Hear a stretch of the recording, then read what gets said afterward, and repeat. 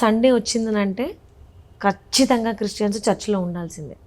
నీకు ఎంత అర్జెంట్ పని ఉన్నా మిగిలిన డేస్లో చూసుకో, మండే టు సాటర్డే చూసుకో, కానీ సండే నువ్వు చర్చ్కి రావాల్సిందే అనే కండిషన్ ఉంటుంది. అండ్ అలాగే ముస్లిం వాళ్ళు కూడా ఖచ్చితంగా శుక్రవారం వెళ్ళి వాళ్ళు నమాజ్ చేయాలి.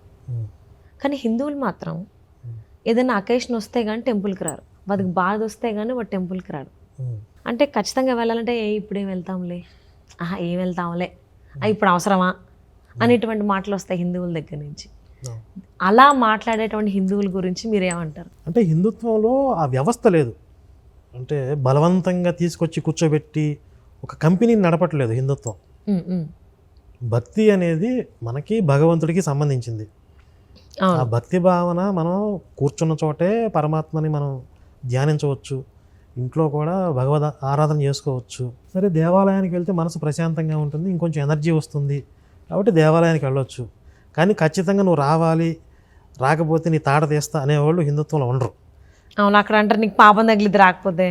ఎందుకు అని అంటే మా ఫ్రెండ్ ఒక అమ్మాయి ఉంది, షీ కన్వర్టెడ్ అనమాట యాక్చువల్లీ అందులోకి. సో సండే కలుద్దామంటే లేదు నేను చర్చికి వెళ్ళాలి, ఆఫీస్లో షూట్ ఉందా కానీ తను వచ్చేది కాదనమాట, ఎందుకంటే చర్చికి వెళ్ళాలి. So felt so bad. ఒక అమ్మాయి అంటే హిందువుగా పుట్టి అటు ఎందుకు వెళ్ళింది, ఇటు వస్తే బాగున్ను అని నేను చాలా గట్టిగా కోరుకున్నా. Finally she came back. Okay, super. I'm happy for that actually. So Shivayya ఉన్నాడు, చూసుకుంటాడు, గట్టి కోరుకుంటే ఇస్తాడని చెప్పి నేను అనుకున్నా. మీకు ఇప్పుడు ఒక వీడియో చూపిస్తున్నాం.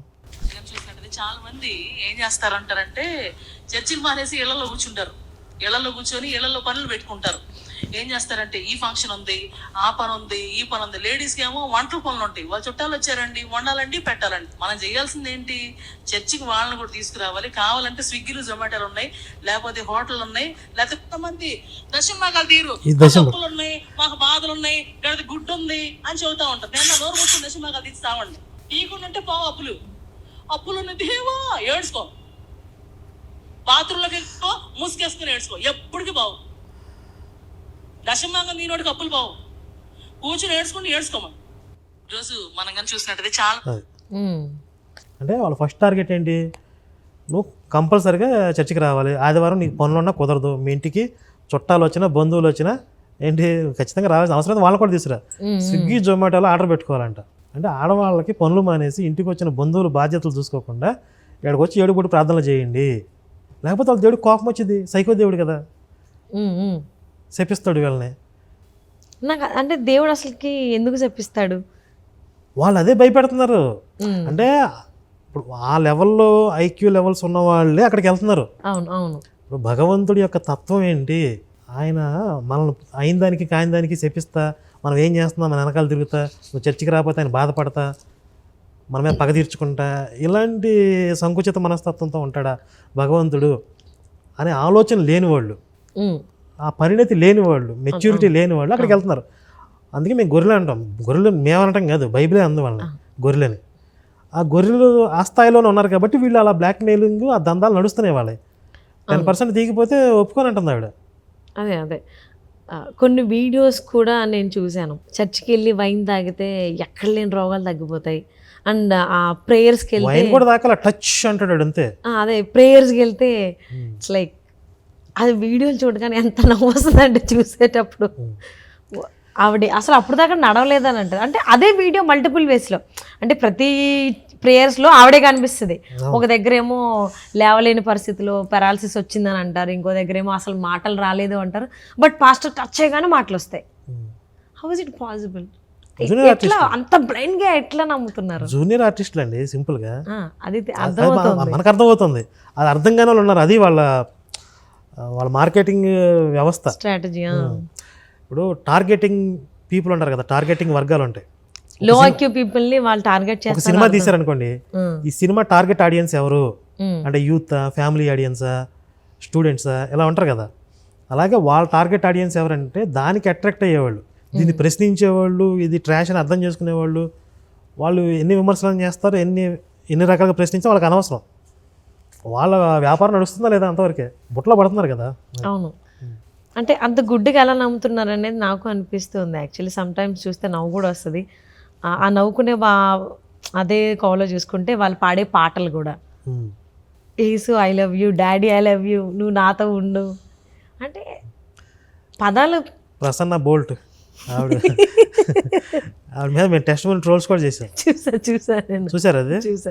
బాగా చెప్పింది. అందులో కారు అడిగిందంట, ఇచ్చేసారా? కారు ఇస్తా అన్నాడు. సరే పార్కింగ్ ఉందా మీ ఇంట్లో అని అడిగాడు. వాళ్ళ దేవుడు పార్కింగ్ ఉందని పార్కింగ్ ఉందా అని అడిగాడంట. ఉండు చూస్తానని చెప్పి అటు ఇటు వెతికిందంట, దొరకలేదు. ఇంటి పక్కన ఖాళీ చేయించాలి పార్కింగ్ కావాలండి. అప్పుడు ఈవిడేం చేసింది, దేవుడా పార్కింగ్ కూడా నువ్వే చూసి పెట్టి అందంట. అవునా? వావ్. అప్పుడు ఆయన ఇంటి పక్కన ఖాళీ చేయించాడంట.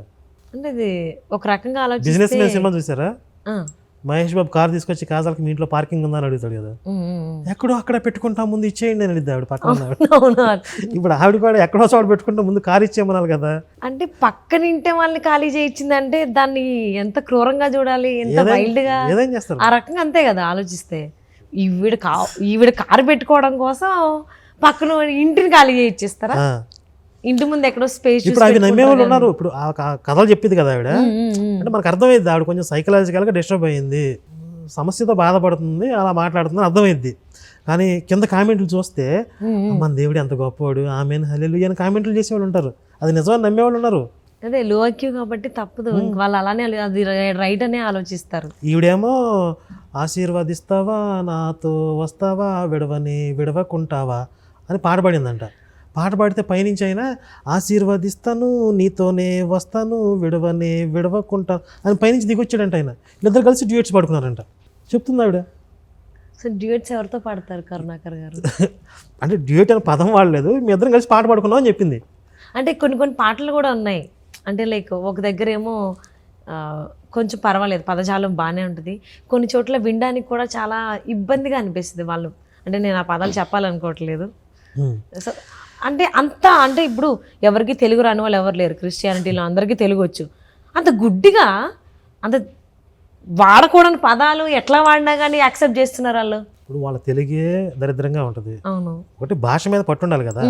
ఇప్పుడు పాట ఎప్పుడు వస్తుంది, మాటలో ఉన్నటువంటి భావాలు పొంగి పొరిలితే పాట అయింది.